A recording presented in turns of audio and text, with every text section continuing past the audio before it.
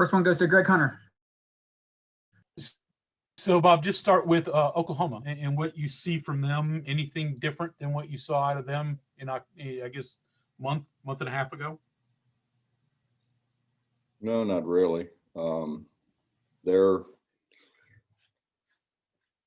run great offense. I think Lon's a master at getting people isolated and getting the matchups that he wants. So I mean, they're so good at it. Why would you change?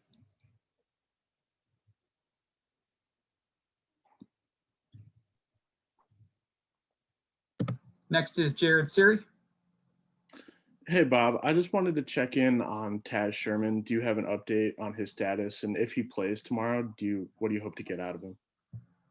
I don't have any idea. I've had a morning of running around everywhere. So I haven't talked to Taz yet. Go ahead, Justin Jackson. Hey, Coach, over the years, you've always spoke highly of Coach Kruger and what he does offensively. Uh-huh. Would you say he's maybe one of the best, if not the best offensive coach in the Big 12?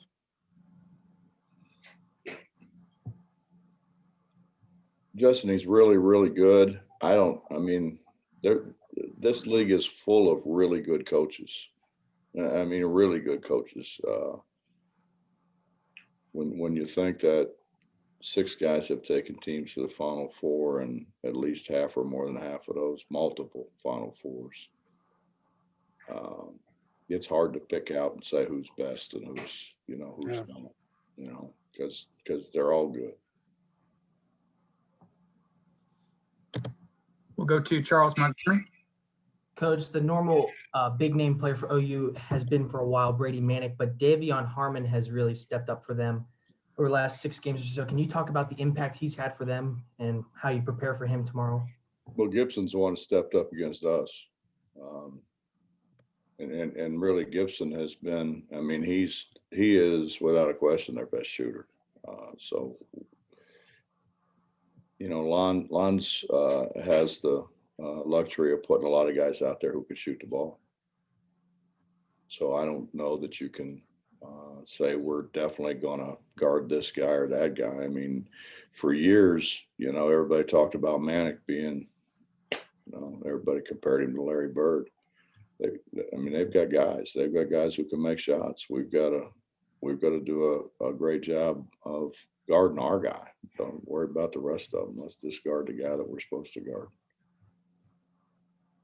Hey, Coach, got a question submitted to us by Bob Herzl. Jordan, a moment ago, just said that yesterday's practice was a tough one for the guys. How do you decide when to turn up the heat there, and how different of a practice is it when you decide to do so? Well, I would beg to differ with Jordan. We were in the film room for an hour and a half. So I don't know. I don't find that all that taxing, sitting on your ass in the film room. So that was an hour and a half. So, and then we came out and they were predictably very lackluster after sitting there for an hour and a half. So he must have been talking about how hard it was on me to watch them yesterday, not vice versa.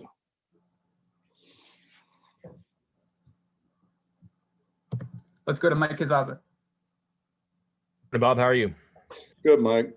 I have a question for you, just strategy, philosophy. Just curious, when a guy gets 2 fouls for you in the first half, is it automatic that he's out for the rest of the half? Is it situational? That I don't know. It seems like there's debate on that because people can't agree on anything, I guess. But where do you stand on 2 fouls and what to do there?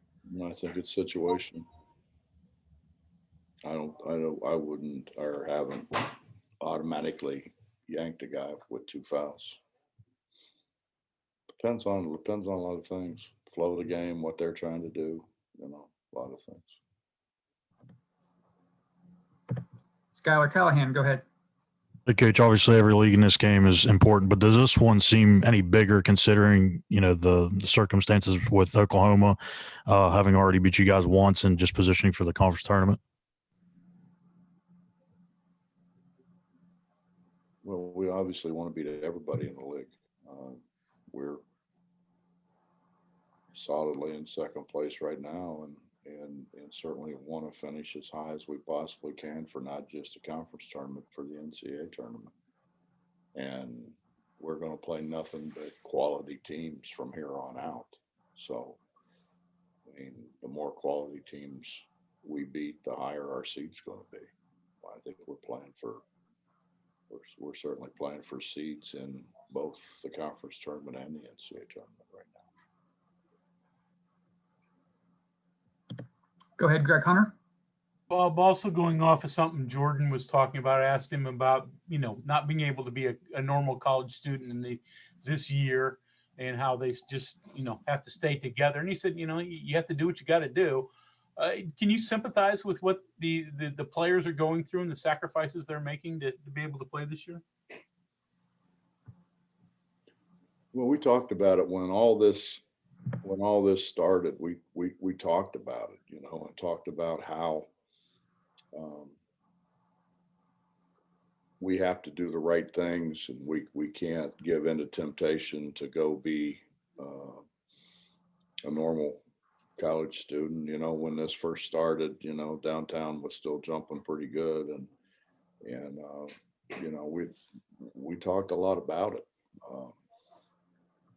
and I think they understand because of what happened a year ago. I mean, we were really starting to play well, I thought, and then all of a sudden,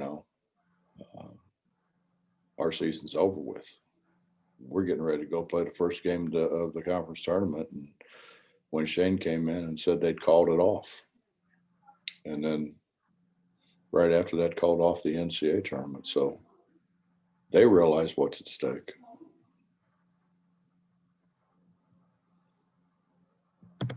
Sam Caniglio, and then go back to Justin. Coach, Jordan also emphasized the importance of preventing complacency after a top 10 win on the road. What, as a coach, can you do to kind of prevent that from festering? Continue to talk to them about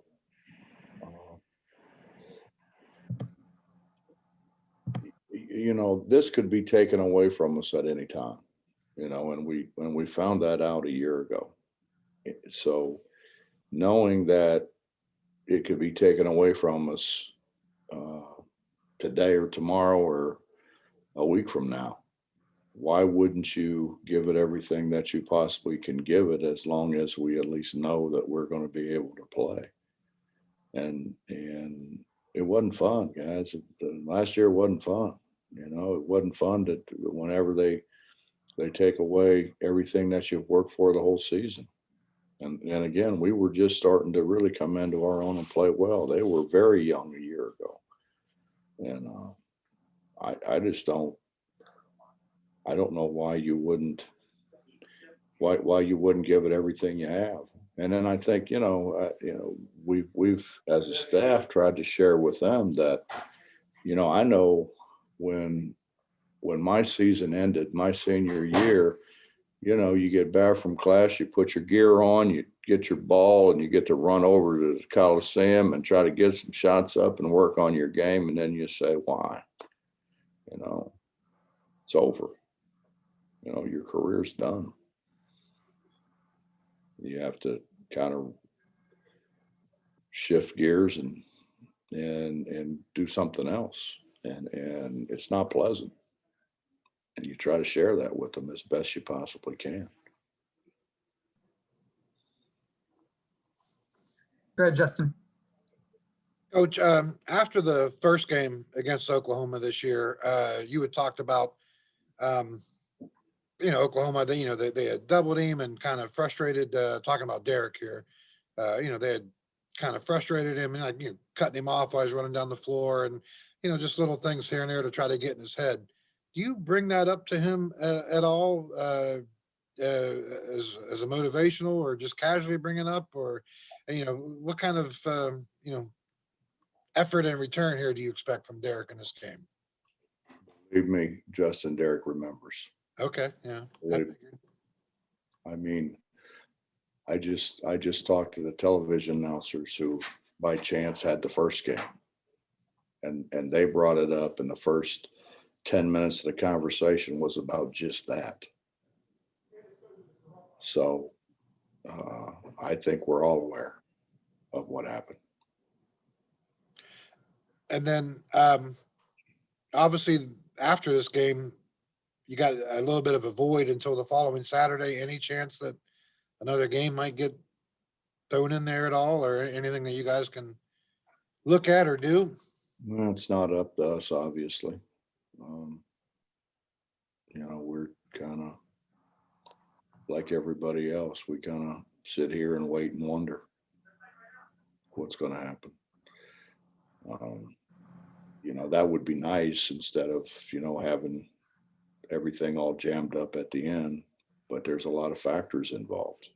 It's, if it was just us and another team, it'd be one thing, but it's not. And you've got, you've got a lot of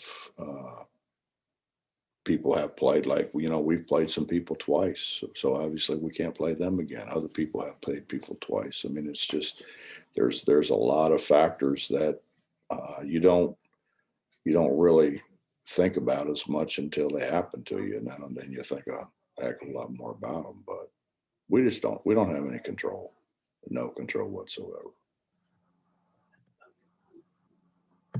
It's a frustrating thing to not have control. Sorry, Coach. Go ahead, John Antonic.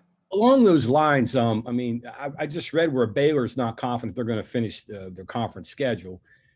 You don't even have a choice over who you got to play left. I mean, you're going to have whatever postponed games. Maybe it's Baylor, maybe it's TCU, maybe it's Oklahoma State. Is that frustrating? I think you learn to live with it, John. I mean, think about it. We were set to play non-conference games, and they canceled. And then Josh is on the phone, till all hours of the night trying to find somebody else to substitute into play. This isn't the start of this. This has been going on since beginning of the season. It's just we had more control, quite frankly, of it in the beginning of the season than what we do in a conference season. Yeah. I mean, you could have a conference champion that doesn't play all of the teams. Well, that's for the conference to decide. Yeah. I think the conference is going to have to make a decision on that. It certainly won't be the basketball coaches. I mean, it could be the presidents or the ADs or just the conference commissioner, but it definitely won't be us. Mike Kazaza. Bob, going back to Justin's question on Derek, he's had unusual games against Oklahoma throughout his career, not really up to his standard. Was that maybe relative to where he was at different times in his career, maybe as recently as January?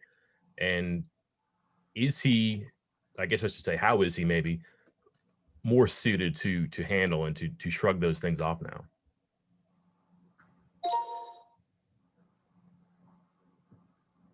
Quite frankly, it's hard to shrug some of that stuff off.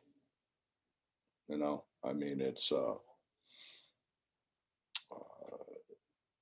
think that it doesn't get in somebody's head or you want to. I think the hard thing is not to react to it.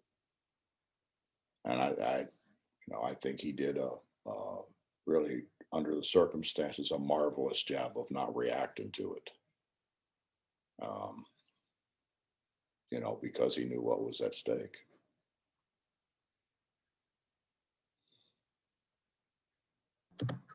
Anything else for Coach?